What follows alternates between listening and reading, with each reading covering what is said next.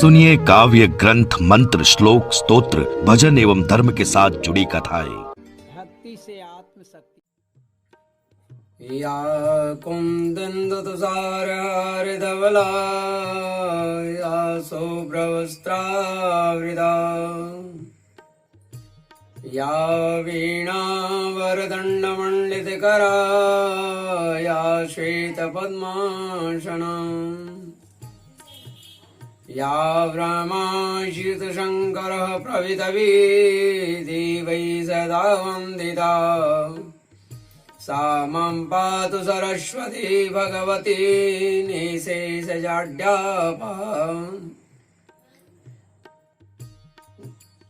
गुरु ब्रह्मा गुरु विष्णु गुरुदेवो महेश्वरः गुरु साक्षात् परं ब्रह्म तस्मै श्री गुरुवे नमः।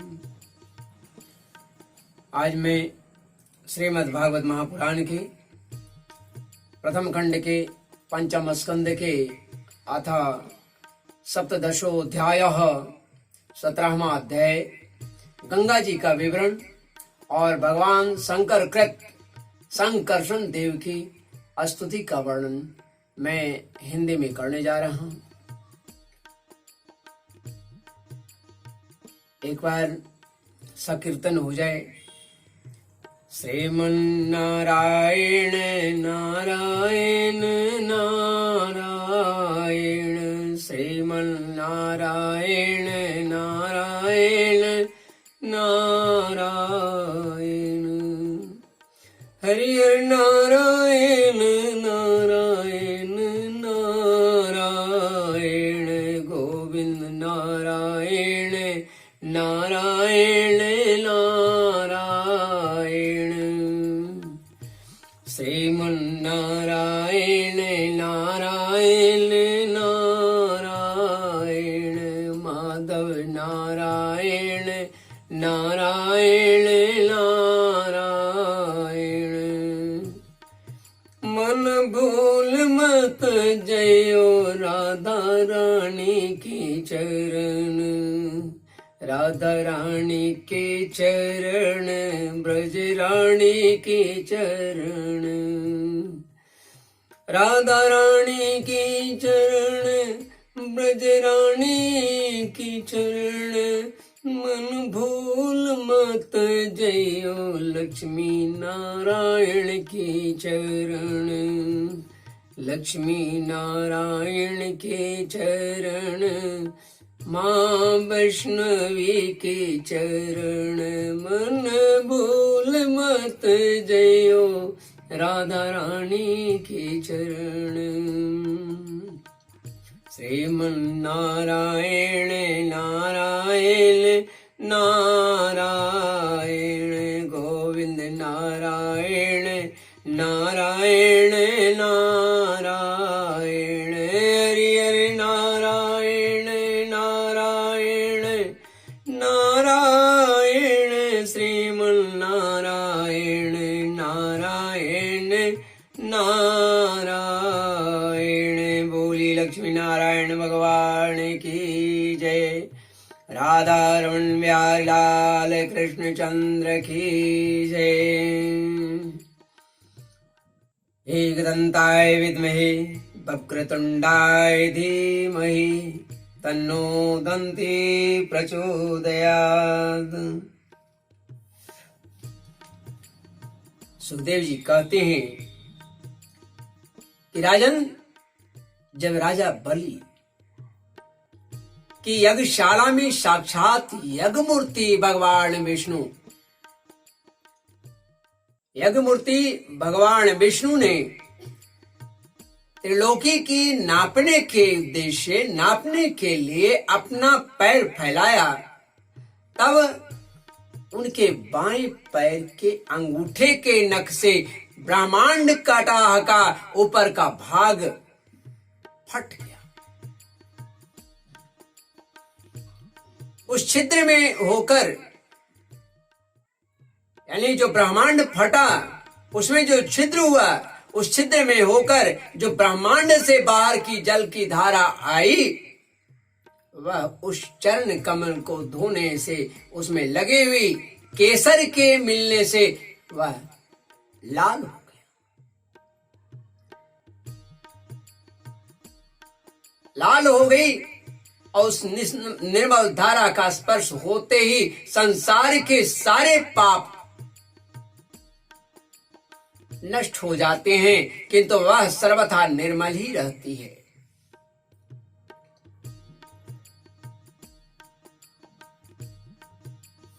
पहले किसी और नाम से ना पुकार कर उसे भगवत पदी ही कहते थे। वह धारा हजारों युग बीतने पर स्वर्ग के शिरोभाग में स्थित ध्रुव लोक में उतरी, जिसे विष्णु पद भी कहते हैं। हे वीरवर परीक्षित, उस ध्रुवलोक में उत्तानपाद के पुत्र परम भागवत ध्रुव जी रहते थे।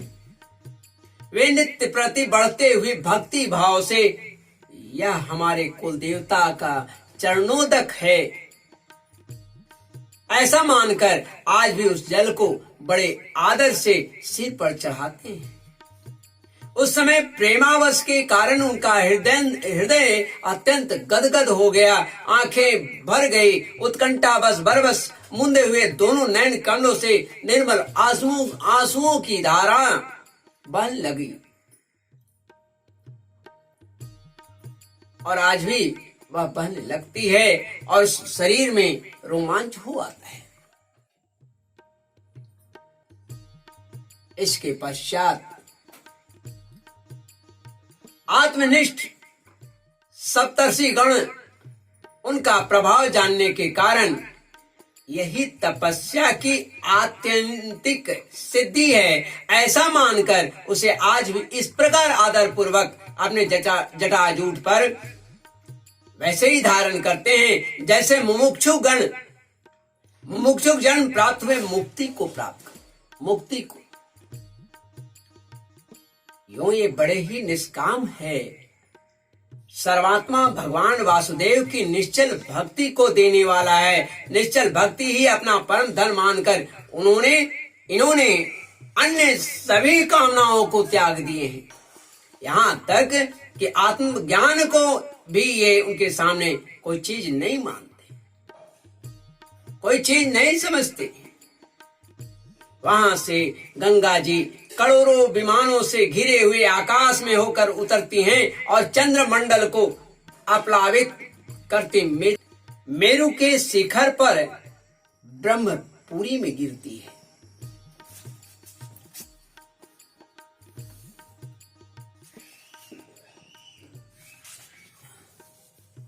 वहां ये सीता, अलकनंदा, चक्षु और भद्रा नाम से 4 धाराओं में विभक्त हो जाती हैं तथा अलग अलग दिशाओं में बहती हुई अंत में नद नदियों के जो अधीश्वर हैं अर्थात सागर समुद्र में गिर जाती है। इसमें सीता ब्रह्मपुरी में गिरकर केसरांचलों के सर्वोच्च शिखर में होकर नीचे की ओर बहती गंधमादन के शिखरों पर गिरती है। भद्रावर्ष की को प्लावित कर पूर्व की ओर खारे समुद्र में मिल जाती है। इसी प्रकार चक्षु माल्यवन्य के शिखर पर पहुंचकर वहां से बेरोक टोक के तुमाल वर्ष में बहती है। पश्चिम की ओर छार समुद्र में फिर वह जाकर के मिल जाती है। भद्रा मेरु पर्वत के शिखर से उत्तर की ओर गिरती है तथा एक पर्वत से दूसरे पर्वत पर जाती है। अंत में श्रृंगवान के शिखर से गिरकर उत्तर कुरु देश में जा होकर उत्तर की ओर बहती हुई समुद्र में मिल जाती है।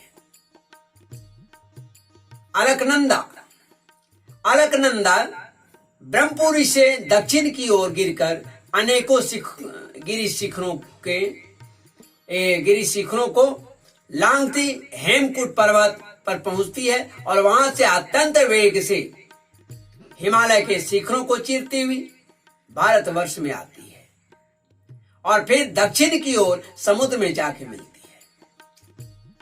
इसमें स्नान करने के लिए अनेक आने वाले पुरुषों को पद पद पर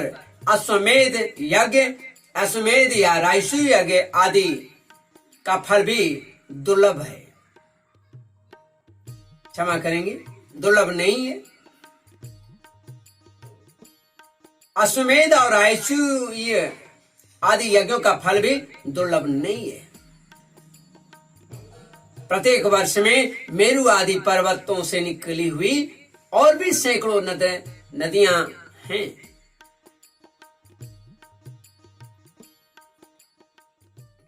इन सब वर्षों में भारतवर्ष ही कर्म भूमि है। शेष जो 8 वर्ष हैं, ये 8 वर्ष स्वर्गवासी पुरुषों के स्वर्ग भोग से बचे हुए पुण्यों को भोगने के स्थान हैं। इसीलिए इन्हें भूलोक के स्वर्ग भी कहा जाता है। वहां के देवतुल्य मनुष्यों की मानवीय गणना के अनुसार 10,000 वर्ष की आयु होती है। उसमें 10,000 हाथियों का बल होता है तथा उसके वज्र सदृश सुदृढ़ शरीर में जो शक्ति, यौवन और उल्लास होते हैं, उसके कारण वे बहुत समय तक मैथुन आदि विषय भोगते रहते हैं। अंत में जब भोग समाप्त होने पर उनकी आयु का केवल 1 वर्ष बीत जाता है, 1 वर्ष बच जाता है, तब उनकी स्त्रियां गर्भधारण करती हैं। इस प्रकार वहां सर्वदा त्रेता युग के समान समय बना रहता है।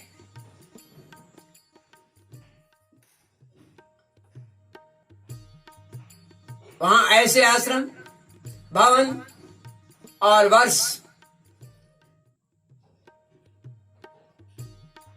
वर्ष पर्वतों की घाटियां हैं, जिनके सुंदर वन उपवन श्रीमद् भागवत महापुराण की प्रथम खंड के 5वें स्कंद के 17 अध्याय गंगा जी का विवरण और भगवान शंकर कृत संकर्षण देव की स्तुति यहाँ काव्य के रूप में समाप्त होता है।